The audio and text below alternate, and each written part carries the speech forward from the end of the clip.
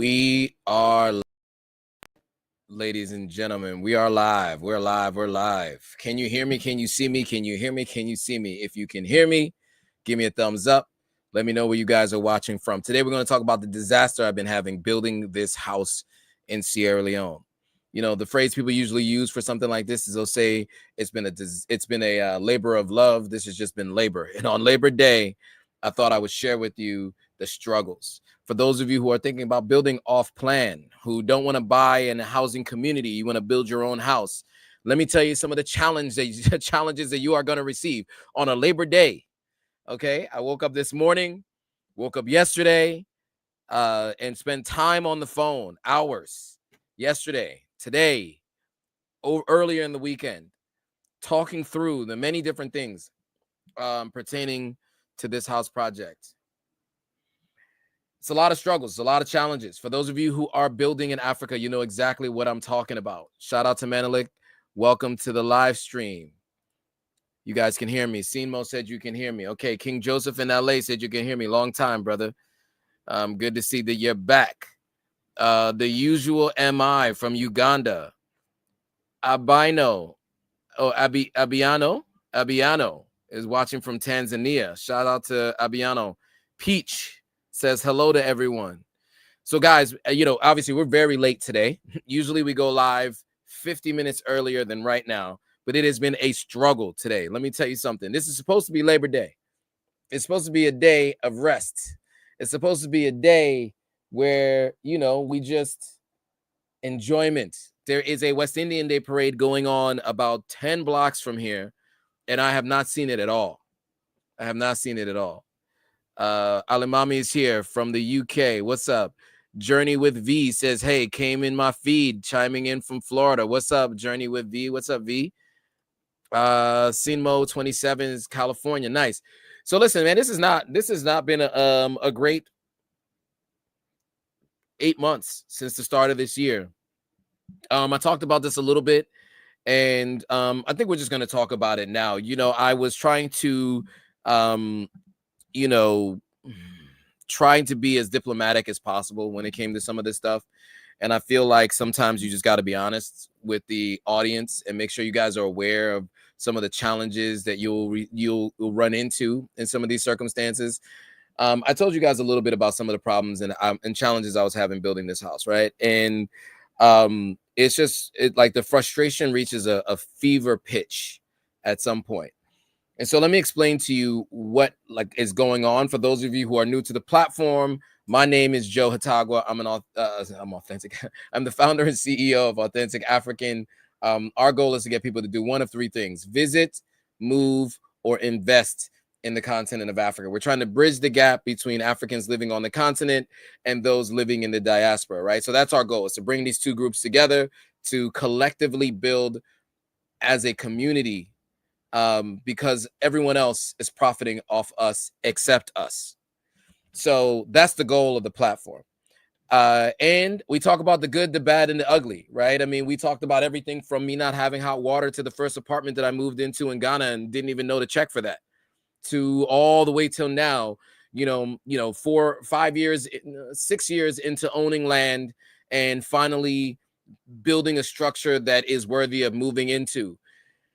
It's been a lot. It's been a lot. And so, this year has been a tough year because so to give you guys some context, I'm on my 4th contractor.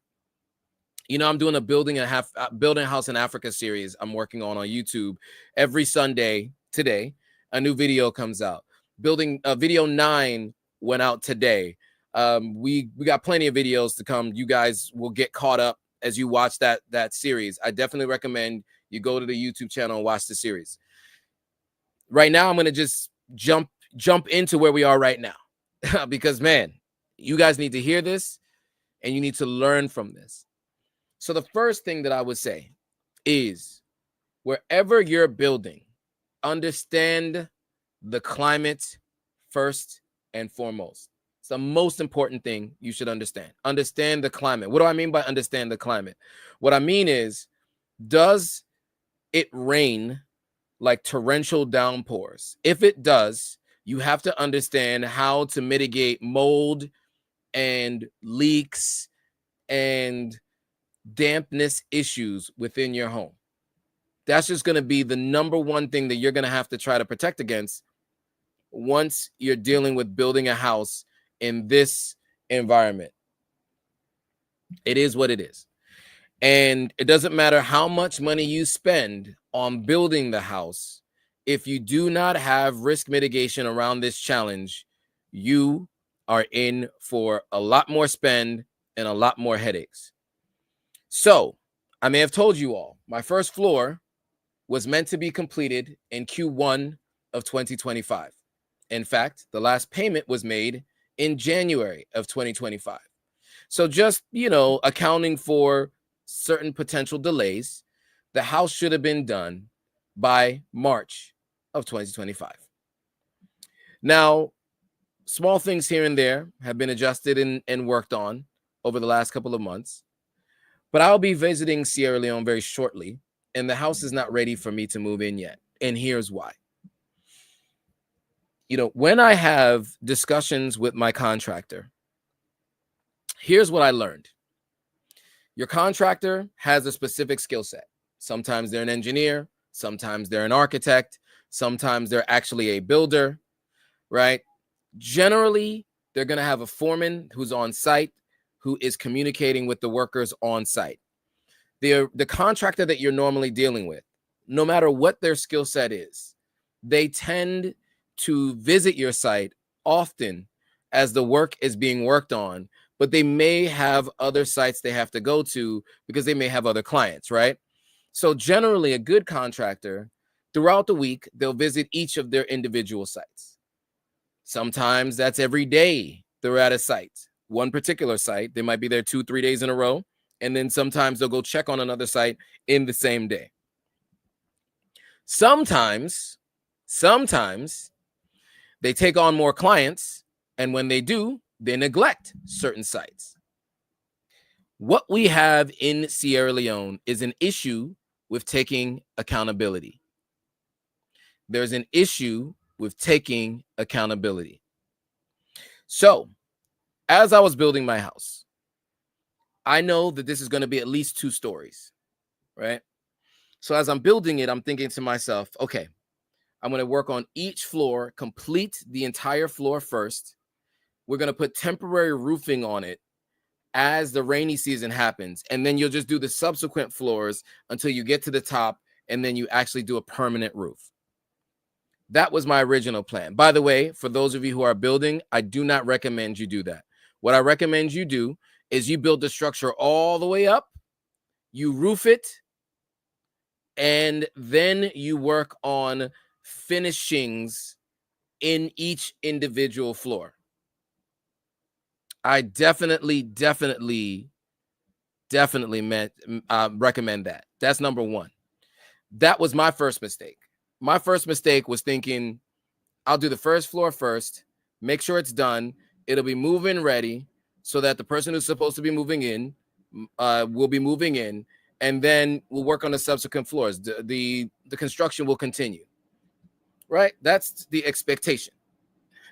Bad idea. In a country like Sierra Leone, especially where the house is, the rains are so bad, the torrential downpours are so bad that there's nothing you can do to potentially protect against it. Now, I was given instruction that a waterproofing material would be put on top, so that'll ensure that water doesn't leak through or damage through, or it will be able to mitigate that, but it'll only be able to really last one rainy season. These were the specific words that I was told. One rainy season. I got a recommendation that we should probably put some kind of tarping or something over top just in case. So I went about that process of putting tarping on top. Now, in the process of me being frustrated about 6 weeks ago, one of the subscribers who was watching mentioned it to her mother. Her mother reached out to me and mentioned that she could help out with the situation I'm dealing with, because I had just come back from Sierra Leone. It was frustrating because like the work that I needed to done wasn't being done, and the work that I needed done wasn't being done, and I was having a hard time communicating my needs, and the process was being done incorrectly. And what I kept getting was excuses and blame pushed on me as opposed to taking responsibility for the issues. For example, what you're going to see on screen right now is, hold on, let's see. How do I move this on the screen? Okay, there we go. On screen here, what you're seeing is the plan that I sent in March of this year for what is called a boys' quarter. This is the housing dwelling for the people that are helping in the house, a cook, driver, and the people who clean the house, all of that stuff. They're living here. Okay. This, some version of this was the original that was sent. It's a little bit different than what the original was sent. The original had the doors for the toilet sink side and the shower side were like this in the original drawing. Now, I sent this drawing back in March, maybe even February of earlier this year. When I arrived in Sierra Leone, it did not look like this. This was one giant open space, and it was one big bathroom. Why does that matter? Well, because there's a family living here, a security person who's going to be in the security post off to what is the right of this plan that you can't see, and they will be sharing the bathroom. And so what we wanted to do was have separate entrances so that the family would be able to shower and move around as needed with the shower. And if the security person wanted to use the toilet, they could use the toilet and quickly go back to their security post. There was very specific instructions given. In fact, this drawing I drew myself and sent, and it was not followed. It was not followed. So now we have to renovate the bathroom to split it into two parts, put in new doors here and here so that these can be two separate spaces. So that's why it looks weirdly dysfunctional in this area right here, because we have to have a door that opens outwardly this way and a door that opens inwardly this way, because the toilet's right there. So the door can't open inward here. This door can't go here because of the way the space is structured and set up. So a new sink needs to be added here because it wasn't done as I instructed. And this here is already set up the way it needs to be set up. So we just need to add a door here and add a wall here. That was the first of many challenges. The first of many. Now let's get back to the main house and the problems we discussed with flooding. So, well, not flooding, but with leakage. So the first thing is this. I hire this project manager, someone who's been through the process of building before. She went with me to the site. She looked at a number of different things, and she said to me, look, these are things. And I was missing some things. I was like, you know what? She's going to be good. I actually do need this person to help me with this process. So, you know, she's been doing the best she can considering the circumstances because Salon, the frustrations are real. So she expressed how the tarping was supposed to be laid out. Now, tarp is like a material, right? Like a linen type material, kind of like this, right? Stretchable material, kind of waterproof. You know, something that you can put on the roof, right? So that it keeps water. It's like it was going to be a temporary roof. So she had given some instructions because what they use is they use these sticks. And the best way I could describe them is like they're using like branches, not sticks, but branches, right? We're going to use these toothpicks as an example of the branches that they use. Okay. Now they basically set them up like this so that water would flow down. But you know what they did? They put the ones that go across on top like this. Now, you can't see it, but if you have tarping on top of that, water is going to pool in this area right here. Let me show you what that looks like. You see, when you put the branches on top, that are supposed to be sloping down for where the water to come through, right? Sorry, if you put the ones on, if you put these on top like this, the water pools on top of it. And that's what happened here. Instead of having these, the ones that are parallel to the ones that are like this should have been on top, and the ones going across should have been on the bottom, right? So that keeps water from pooling. So the instructions were explicitly given. Now, my project manager wasn't able to go back the day that they were doing the work. They did not listen to us.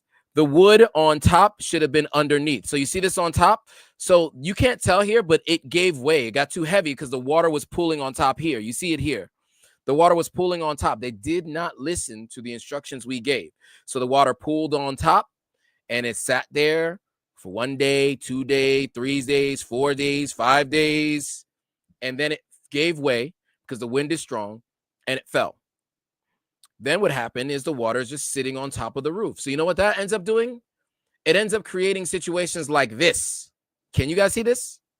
Do you see the water damage here? By the way, this white here is dry. This here is wet. Okay? Let me show you some other pictures. This is dry. This is wet. So now I go back and say, you didn't listen to what we said. And the argument was like, I don't believe that there's always going to be a water situation. I don't believe that your suggestion or your solution is the right solution. Bruh, I know what I'm talking about. It's simple physics. I may not be a contractor. I may not be a builder, but it's simple physics. You operate in a way that leaves water the best way to flow off the roof. So my project manager just spent a whole day, 2 days in a row with them, making sure they did it the right way this time. Now, had it been done the right way 6 weeks ago, we wouldn't even be having this conversation right now. So let me show you what they did now, because it's a very different process and it's done the way it was supposed to be done. And you guys will appreciate this because it looks very different from what the previous version looked like. So I'm just going to add those images really quickly so you guys can see it. Hold on a second, because I'm doing this in real time. As I'm speaking to you, I'm pulling over everything to the right folders, etc., etc. This is a hard thing to do while talking at the same time as you are actually uploading videos and pictures, etc. So you guys are gonna have to bear with me just a little bit as I pull it up. Okay, so I can't seem to find the pictures, of course. Just want to, okay, I found them. Okay, this is what I'll do. I'll just go to downloads here. Yep. And then we'll go to these images. So, okay. Okay, so now you see how it's flush. There's no areas where it can pool. So you could see these sticks here are on top, not underneath. What's underneath are the support beams that are going across. They're underneath these. If they were on top, you'd have these little square areas where water can pool, which is what happened the last time. We told them to do it like this. They refused to listen, and this is the result. We told them to do it like this. They refused to listen. It ended up looking like this, and this is the result. Now, looking at this, right, it's pretty obvious what we said makes the most sense. If you put the support beams that are going across on top, you're going to have these little square areas where water can pool. If you put the support beams underneath, all water can do is flow off. I mean, it was so simple, so easy to understand. It was agreed upon, it was expressed and explained clearly. But because my project manager wasn't able to be there while it was happening, they did it the way they wanted to. And we had all of these issues in the house with the leaking. Now I went back and forth with this guy. I'm frustrated and they're getting frustrated with me as if I'm wrong, right? As if I'm wrong. Like I'm incorrect. And it's obvious. If you look at this, right, you can't see where water would just pool anywhere, right? It's pretty clear that the water will just run right off. There are no little square areas where water can pool. Very simple. Physics. Really simple. The support beams are underneath the beams that are going down, that are driving the water down off the edges of the house. It was that simple. And they argued and argued with me over something so obvious. So obvious. Now, I'm the one who has to deal with the water damage in the house. I got to wait till that water dries up. We have to wait to paint the house. We have to wait to do a number of different things. Now, would there have been some moisture in the house? I can't say that there wouldn't have been moisture at all in the house. Let's be very clear. It's a rainy season. There's no full-on roof up there. There's no tiling up there. So yes, there would have been some moisture on the walls in the house. But at the level in which you guys see that the water had been soaking through, that is strictly because of the decision not to follow what it is that we asked them to do. That's what is so frustrating. You can solve these issues if you have proper communication and if they listen. And the thing is, because the person I have working on the site has become so popular, has other jobs that they're doing, they're focusing on those jobs because I paid my last payment for this work in January. So this means that some of this has to come out of their own side, their own pocket, because of the inconsistency and doing it incorrectly. And they're going to take their time to do that, you know? And based on principle, I'm not saying that, and also I already had a budget with them. So they used some of that budget, by the way, for some of this work to purchase some of these things. But to correct their mistakes, it's going to take a long time because they're not the ones who have to live in the house, right? And so this is somebody I was highly recommending to people. And I would say, if you have all the money to pay up front and you're giving large lump sums all at the same time, then he will absolutely be on your job and make sure it's done to a T, because he'll be there every day. The issue is if it's over an extended period of time, 1 year span, and you make your last payment in January and he happens to take on 2 new clients, he's going to go focus on those clients, work on them, and not even come to the site maybe once a week or even less than once a week. Then when he comes to the site, he doesn't properly inspect the work that his people are doing. So let me show you some of the other terrible work that was done by this team. Now, this isn't indicative generally of how he and his team works, but because he wasn't there to watch regularly, this is what you find. Let me see if I can find you guys an image so I can share it with you guys. So this is very frustrating, as you guys can see. And this is not what I expected to the challenges to be. I really did not expect that this is the conversations that we'd be having right now. I was looking forward to the next time being there, doing a live stream from within the house and showing you guys this. So as you can see, when they were installing the ceiling, they broke it when they installed it. I'm giving the excuse that it didn't happen when they installed it. It happened later. But when you see it, you see a bunch of lines like this in the living room and other places. So whenever it cracked, what they did is they tried to do some caulking or something around it. And these are all supposed to be flush panels that go across. You're not supposed to see some random cracks like this. So these are all things that, because he wasn't available to go look, this happened. So this is the frustrations you guys can run into when you build off plan, you don't have a project manager, and you don't have the ability to really be there while the major parts of the process are happening. So a couple of things that I recommend for you guys before we go. if you're going to do this, right? Number one, ensure that you have a project manager that does not work for the contractor, who is a separate set of eyes and ears that can watch for you and be on site throughout when work is being done. That's the only way you can ensure and maintain quality, even if you're dealing with a quality contractor. That's number one.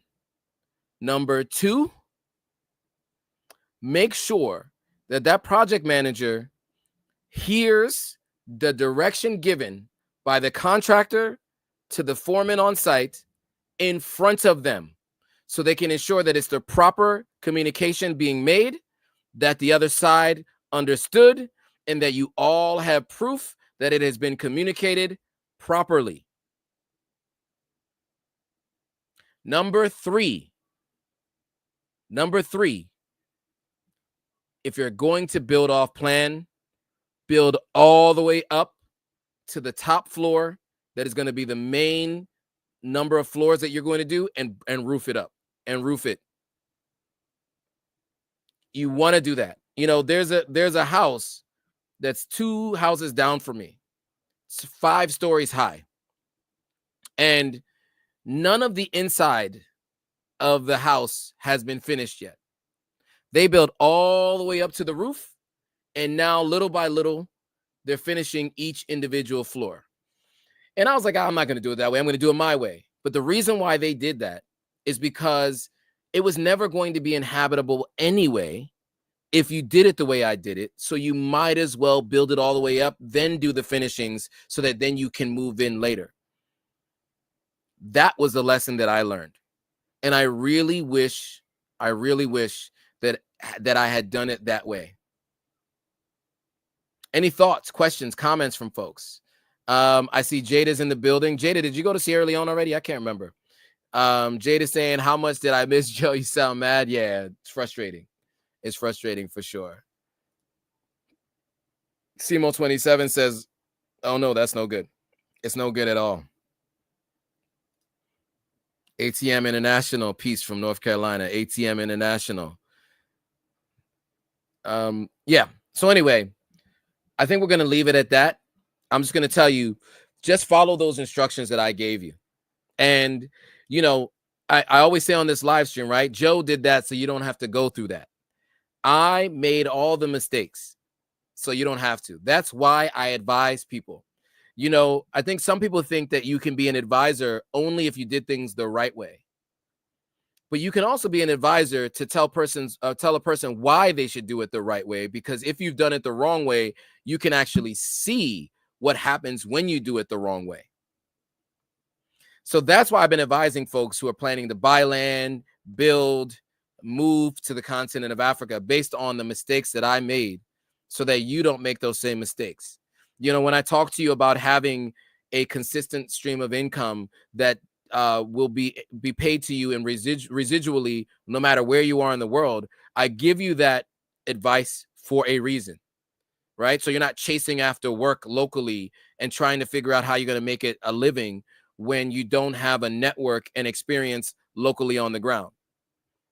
I tell you that so that you can stay and don't have to move back to your country of origin and then try to regroup and come back. I know about a couple people who've now made their return. They came back to the country of origin, you know, figured out those you know, reoccurring revenue streams, and then moved back. I know a couple other people who haven't moved back, but it's on their plan, right? A few of us, I have a group of friends who we've all talked about this. Like, look, in the next couple of years, we're moving back. For me, I'm accelerating that process. I'm planning to move back. It's just I need to replace my full-time income with the entrepreneurial endeavors that I have going on, and the stuff that I'm going to be mentioning to you all very shortly. But this is why you need to go through you need to go through real people who've done this before. So Nia makes a good point here. Nia says, thank goodness that Alita Israel company is building up my property. So yeah, so Alita's been doing this for 5 years now. I have an interview. I was actually just editing the interview I did with her. So I went up to Asebu, and I went to the Alita Israel estate, and you guys will get a chance to hear from her directly, her story, how she got to the point where she's helped over 70 people buy and build land in Ghana. And she also does a tour of the neighborhood. We got drone shots, everything. So you get a chance to hear from her directly. And she is dealing with all the frustrations, so you don't have to. So this whole idea of building off plan is what I'm talking about. You go through someone like Alita, or you go through someone like Beyond Investments, you go through Migrating Culture Crossing, you go through Sambra City, you go through TAF Salon or TAF Gambia, TAF Nigeria. These are all construction projects, major construction projects, where they're dealing with all the hassle of all the things on the ground. You just pay for them to build a house on plan, similar to the houses they have in their structures that they're building, and you just come and move in, right? You just deal with you have one liaison. That person has the full infrastructure to do all of that. Now, if you don't want your house to look like theirs and you want to do it on your own, just know that these are some of the things that you can deal with as challenges. And so this is why I make sure I make mention of these things, so that when you're hearing someone say, should I build off plan? Should I not build off plan? Should I build on plan? These are the things that you can consider when that time comes. All right. So with that, I want you guys to come back in about an hour and 40 minutes, because I will be going live again with Tree Hill, the team at, is it Tree Hill? Hold on, let me get it right. I don't want to get it wrong. But I'll be going live with the folks at his name is Imani. We met at InvestFest. And his business is called Top Hill. And his name is Imani. So Imani goes live on YouTube. He and his podcast partner do reactions, or live stream partner do reactions to videos, things happening in Africa and in the diaspora. I'm going to be joining them today in about an hour and 40 minutes. And I will be on their channel, and hopefully we can stream to my channel as well. So we'll be back here again today. Yes, this is Labor Day. Yes, I'm working overtime today. That's how it works. Okay, Nia says she'll be here for this, or Nia says they'll be here for the second live stream. So I'm going live twice today. We are working overtime. You know why we're working overtime, guys? Because I want to be able to retire early and only do what I want to do. Because if I do that, then I can alleviate some of the challenges that we're seeing here. That's the goal. That's the goal, is to alleviate the challenges that I've been going through building this house in Sierra Leone. I will be there very shortly. I'm not telling anybody when I'm going, so you guys can start asking me to bring stuff for you, because you know how you do. I already got multiple requests, and maybe I'll do a live stream about that. But very soon, I will be going live from another continent. So Sierra Cam channel says, hold on tight. Building back home is not easy at all. Not easy at all.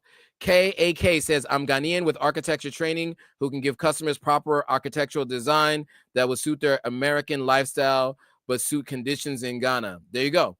You guys can go check out KAK and see if you want to work with them. All right, so we'll be back live very shortly. I'm going to be reacting to whatever we're reacting to. Stay tuned. But yeah, I'll put up the promotions here. I'm going to get myself all set up for that, just to make sure that I can go live on my own platforms. I want to make sure that I can. And once I do that, I'm pretty sure I can, though. I'm looking at the application and see what it says about being able to join. But I will figure that out. But it's Top Hill. We're going to be going live. We're going live on Stream Labs, which streams across multiple platforms. I just want to see if there's, as a guest, it allows me to add my own stream. I'm looking at the interface right now. But anyway, either way, if you don't see it on my channel, you can go over to Top Hill's channel and you'll be able to see me there. I'm looking forward to joining. Hopefully this is going to be one of many different times that I'm on their live stream. So stay tuned for that because we got a lot more coming. So with that, I want to say thank you all for joining. I appreciate you as always. Those of you who join each and every week, Manelik, shout out to you. You've been around since day one, you know, and a few of you others who have been a lot more active recently. Shout out to a new person who's visited the channel, Journey with V.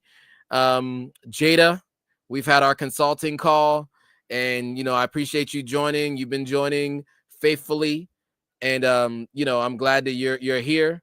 And all the new folks that we're seeing, Nia and Sierra Cam, I know that you've been on and off as of late too, so I appreciate you joining. And then those of you who joined from Instagram and then TikTok too, thank you guys for being here. We appreciate you all. So stay tuned. If you know anybody who's planning to move to Sierra Leone, build a house in Sierra Leone, or build a house in West Africa in general, where the climate is as such, make sure you send this to them so they know what they could run into in terms of leakage issues. And then also make sure you send this to them so they can know what they need to do to ensure that they have quality control on the ground with the work that they're doing. So with that, guys, thanks for watching. See you all on the next live stream.